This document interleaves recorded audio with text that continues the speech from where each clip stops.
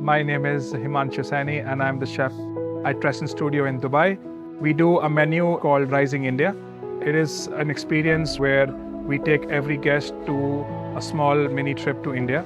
And I think Dubai becomes the base because Dubai is connected throughout the world, and this increases our bandwidth with many people from around the world.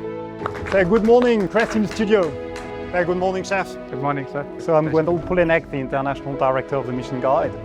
And today it's my great pleasure and honor to announce that your place is awarded with 3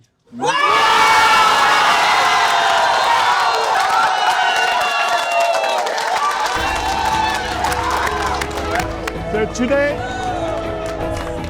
you are all making history, so congratulations to all of you.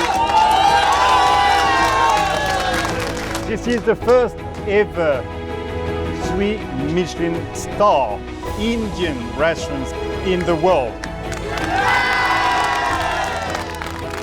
Proud moment for our country, for our cuisine and culture. I'll try badly.